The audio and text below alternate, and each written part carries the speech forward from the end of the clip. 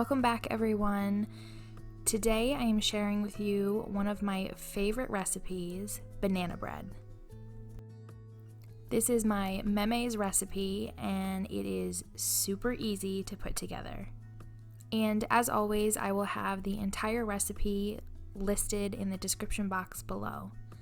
So for this recipe, you're going to need salt, baking soda, baking powder, 1 egg, 1/3 cup of Crisco, 2 ripe bananas, chocolate chips if you choose, milk, flour, sugar, and vanilla.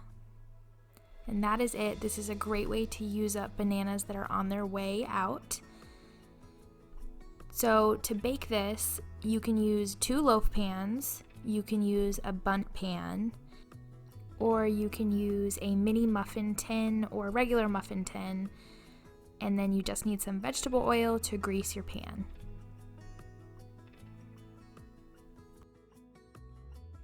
You want to start by preheating your oven to 350 degrees, and we're going to start combining our ingredients.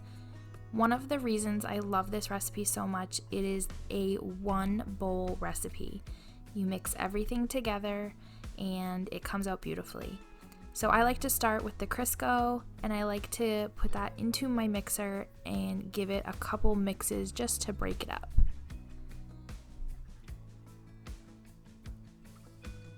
Next, we're going to go ahead and add our sugar, and you're going to need 3/4 cup. So I like to gradually add this in.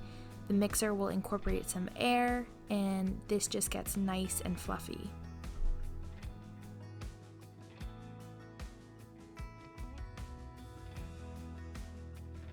So let's talk bananas for a second. Banana bread is meant to have that beautiful banana flavor, and you get that from having really ripe bananas.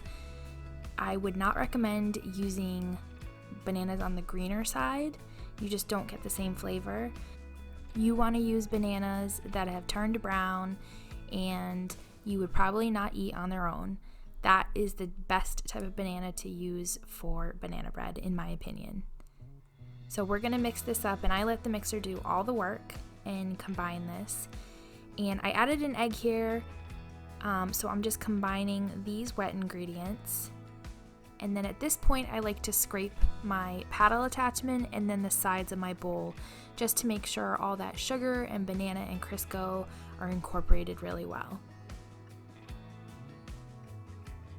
And you guys do not need a KitchenAid mixer to make this recipe. I have made this countless times in just a regular bowl with a wooden spoon. Next up, we're going to add our flour. So you guys have watched some of my baking recipes before, and this is how I measure flour. I scoop it into my measuring cup, I tap it with the back of a knife, and then I level it off. And my grandmother taught me that this was the proper way to measure flour, and I've used it ever since I was a child. So it is just habit. So I'm adding 1 cup. I'm going to incorporate that on low so we don't make a huge mess. And then I'm going to add the 2nd cup, and then we'll also start adding in the rest of our ingredients.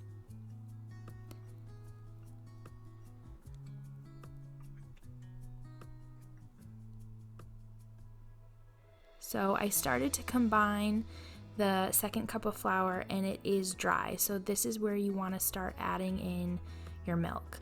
So I like to add in about half,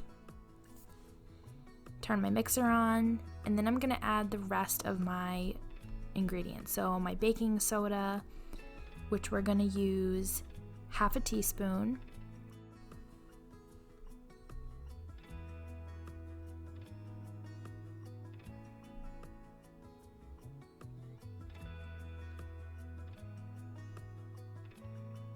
Next, I'm adding 1 teaspoon of baking powder.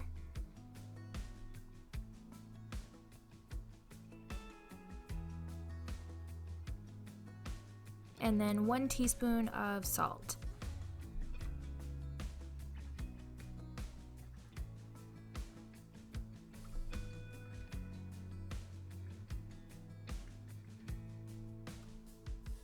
You also want to add 1 teaspoon of vanilla,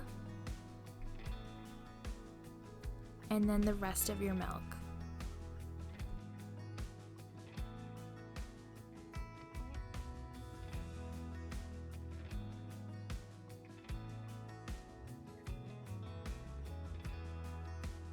Once your ingredients are all combined, if you're using a stand mixer, I like to scrape down the sides of the mixer again just to make sure that there's nothing caught on the sides. And then I give it one quick blend, and then it is time to add in your mix-ins, is what I like to call them. So these are totally optional. You can bake this as is, but the way my kiddos love this bread is to add chocolate chips. So today I'm going to be using 1 cup of mini semi-sweet chocolate chips. You can also add walnuts, which are really delicious, or a combination of the two.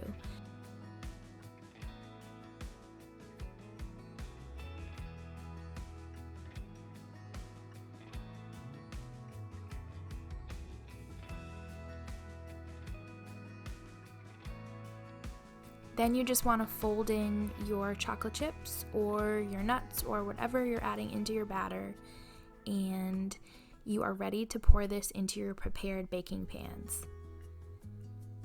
So I actually lined my loaf pans with parchment paper as well as greasing them, and I will show you how easily these pop out at the end. So if you're using loaf pans, try to divide it as even as possible between the two. If you're using a bundt pan, you're just going to use the one pan, and then muffin tins are pretty self-explanatory. I like to sprinkle a couple chocolate chips over the top just for presentation. It looks really pretty once it's all baked. And then these are going in the oven at 350 for 50 to 60 minutes. Once they come out, they are nice and golden brown. Your house will smell amazing. And just to make sure that they are done, you want to use either a cake tester or a toothpick and just make sure it comes out clean. And if you use parchment paper, your bread will pop right out of the pan. Make sure that you let your banana bread cool before you cut into it, and this is what it will look like. This is a recipe that was passed on to me and that I am passing on to my kids. We make it together all the time. I hope you guys really enjoyed this video. If you did, make sure you give it a thumbs up. Leave me a comment below, and make sure you are subscribed to my YouTube channel. We'll see you in the next video.